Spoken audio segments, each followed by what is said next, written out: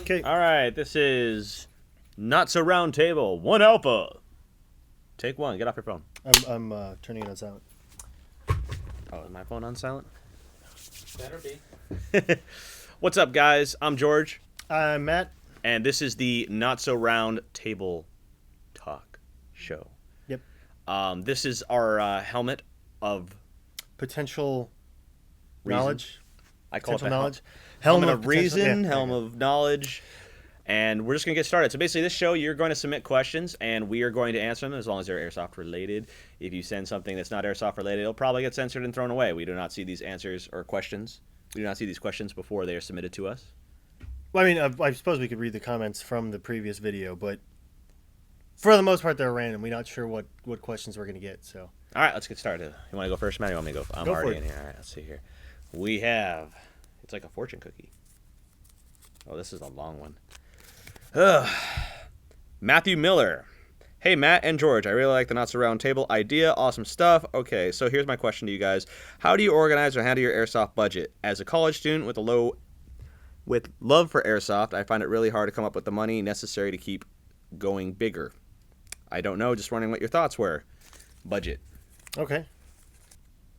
Okay, well, as being a person that played airsoft through high school and college, it was difficult to budget, especially when you were trying to pay rent for an apartment and buy food and still airsoft. I think for me, it was getting a core set of gear and then adapting that to work for every situation I was in. First of all, through college, I played mostly CQB, and since that's not terribly expensive and you don't have to buy gear constantly, and I wasn't going out to milsim events, like I wasn't having to spend a whole lot of money, but for me, like I found, an AG that I liked that worked for indoor and outdoor that I could just swap out, an inner barrel and get the distance I needed for going outdoor if I needed to. And then I had my trusty 4.3 that I used, and since they were relatively reliable guns, they didn't take a whole lot of maintenance.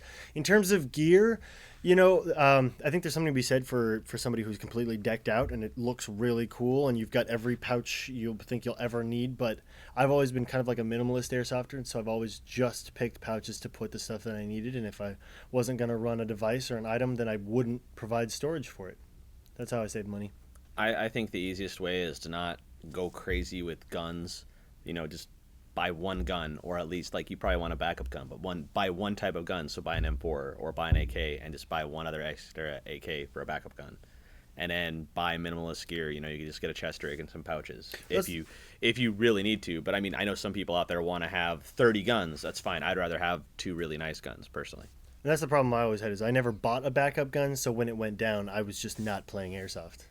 So, good question. I mean, in terms of my budget, my wife will not let me buy too much stuff. So that's kind of why. Get That's yourself the truth. a wife. That's the truth. Get yourself a and- wife or a girlfriend who won't let you spend money on airsoft. All right, next question we've got is from Chief Luke 210. Chief Luke 210. Dear Evike, what do you think is better, angled foregrips or traditional foregrips? That's an interesting question. Why don't you start it? I mean, pretty much when I come from a real shooter background, and honestly, I mean, I only use it if I use a vertical grip. It's as a hand stop anyway, unless, especially now with so many pressure switch options for lights, you really don't need that option for a light anymore. So, I mean, I don't really grip the vertical grip anyway, so probably an angle forward grip would probably be better. Angled foregrips are very comfortable, but the only time I really run a vertical grip is if I have a flashlight attached to it, because I've got my Rico, and that's got a flashlight. Otherwise, I've got this bad habit of, well, I don't know if it's a bad habit, but I've always kind of kept my non-trigger hand on the mag well, or loosely supporting the front end, because I'm not so worried about control with an airsoft gun. But it's comfortable. But for comfortability, sheer comfortability, I'd say the angled foregrip is really important, especially if you're trying to replicate or practice real steel practices. Giving that pressure on the back of your shoulder to make sure that the gun's tight and in a firing position. The angled foregrip's really good for doing that without fatiguing your hand. We have a small one here. What's the funniest place you've ever played airsoft? Or funnest place you've ever played airsoft? That's an easy question. Oh, well, That's an easy question for me. Zipper Factory. I was gonna say that's probably yours. Sorry. That's an old school field. Probably there's not many people out here in SoCal who played at that field. I wasn't even living out here yet, so. Zipper Factory was quite literally a zipper factory, and the guy who used to run it was pretty cool. It was like the son of the owner of the Zipper Factory, and we'd go in there and he'd hold like airsoft games at night. And this was before there was a whole bunch of regulations on airsoft fields, and it was completely irresponsible. Now that's out of the way. It was extremely fun. It was safety glasses and no FPS. Oh, there was no FPS limit. There was no engagement distance. You'd leave every night just bleeding. Yeah. But everyone left with a smile on their face. True. But also, I think the minimum age of somebody playing there was like 18. Yeah, all my friends from Regulators played there back in the day. So. And we used to tunnel, which I'm sure pissed him off, but we used to tunnel through all the zippers and like make like these little hides, and people would like walk by, and you'd come out all Rambo status. And anyway, how about for you? For me, it was probably Zussman for Irene this year was probably the most fun. So. But Zussman was pretty legit. Not many fields have explosives. No, I mean ITS, Integrated Tactical Solutions is pretty good too, but I think Zussman's probably the best. Yeah. All right.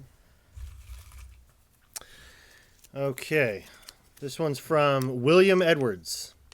Why do people have their guns shoot stupid fast? There's no point. This guy. This question I feel is directly aimed at me. Okay. First, I came from indoor CQB, and a couple years ago, speed was the game. I mean, getting the fastest gun with the most amount of rounds downrange was the goal of every airsoft gearbox mechanic out there. We were all in a rush for speed, and 35 wasn't enough, and 45 wasn't enough, and when Hendrix hit like 60 a second, it was ridiculous. But ultimately, we had problems with mags feeding, and we had these ridiculous amounts of BBs wasted when you're not even hitting somebody. And I'm glad that the environment changed for airsoft. I'm glad that that it isn't a race for rounds per second anymore. And ultimately, a well-placed single shot I've found by and large is more effective than a volley of 60 rounds with one trigger pull. But do you have fast guns? Nope. Not really. I have my AGs programmed for semi mostly, so I mean I don't really go auto anymore. And I don't run a MOSFET, and my guns still shoot 35 a second. I don't know. All right. Okay, let me see. We've got okay. There's a long one. Yeah. Okay. So Luke Airsoft 35 submitted a question. What are your thoughts on infantry fighting vehicles in airsoft, such as go-kart with someone on top with a mounted LMG?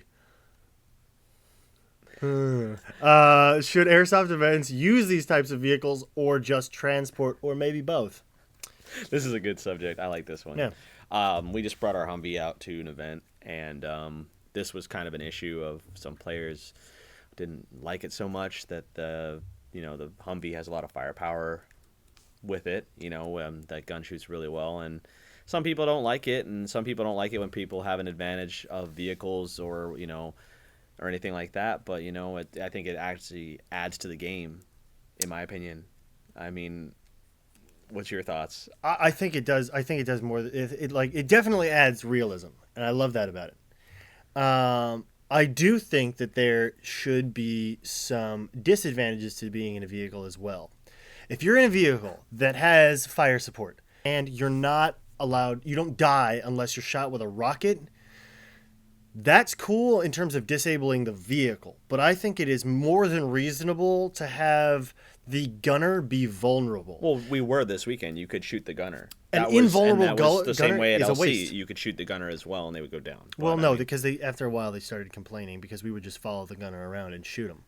As far as I'm concerned, you were confused if you're by a the gunner, rules. I'm just going to light you up so you stop shooting at my teammates. You were confused by the rules. The rules were that armored vehicles, because of the gun port, you couldn't technically shoot at the gun turrets. Right.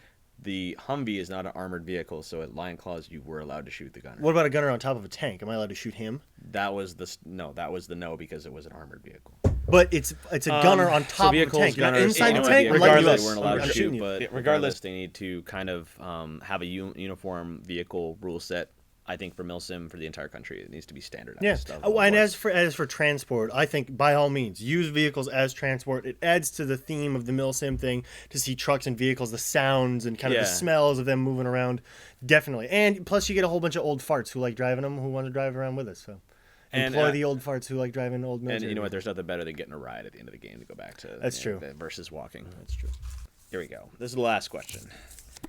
Long one from John McLeod. For Lion John Claw- McLeod. McLeod? He's Scottish. For Lion Claws, how do SOG Gunners or support gunners run their gear? As in being, is it a heavier weapon, it needs carry more ammo?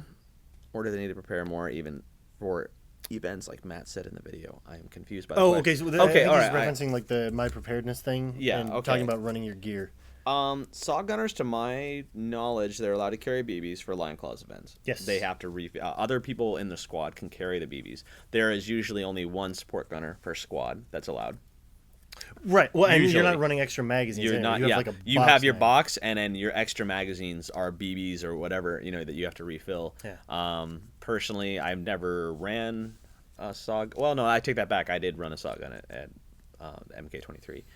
All I did was just bring BBs and a backpack, and on my rig, I really didn't have much. I maybe had like a few mags to hold, or a few bottles of BBs, but I wasn't carrying extra mags or anything. I think in terms of preparedness too, because it's not the lightest weapon or the most maneuverable weapon.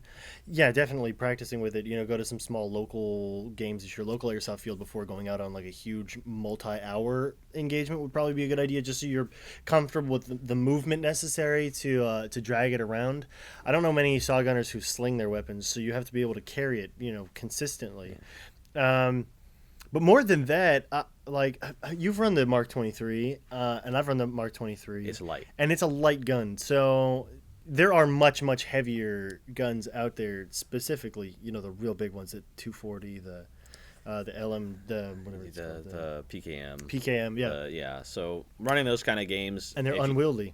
You're not going to be moving a lot. You're going to be mostly doing support fire rolls anyway. And that's the other thing is, I know, saws are cool, but there's a reason there's only one allowed per squad, and that's because your job is to lay down covering fire for the rest of your squad. And if you have a whole squad of squad automatic weapons, you're all just going to be sitting there covering each other doing nothing. So you need one guy who's able to lay down fire so that the rest of the group can move, capture a point of interest, and then that guy bunny hops up to the group to lay fire down for the next movement. Right? Yeah, bunny hops. Yeah. Literally. Just, all right, you know what I mean. Just let's frog jumping. What is it? Leaping frog leaping. Bounding. Thank you. You're So he can bound to his teammates. That's the correct term. But anyway, let's wrap this up. So, all right, guys, submit your questions, and Matt and I will answer them. We will also have special guests on the show. We didn't have any this week. This is our first episode, but just kind of getting the gist of it. So. Yeah, and then any suggestions you guys have, anything you'd like us to change, maybe answer differently, everything else, questions for the next episode, comment in the section below. And if you guys like what we did here, we'll keep doing it and bringing on new people and getting their opinions, so you have a pretty good idea of what the Airsoft community is all about. Yeah, if you guys like this video, like the video, subscribe to the channel, so that way we know and we'll do more of these in the future. If you ask a question in the comments below, we're going to put them in the helmet of reason or whatever potential knowledge. Yeah, potential knowledge, and we will answer your questions next Friday. That's George. Matt. I'll see you guys later.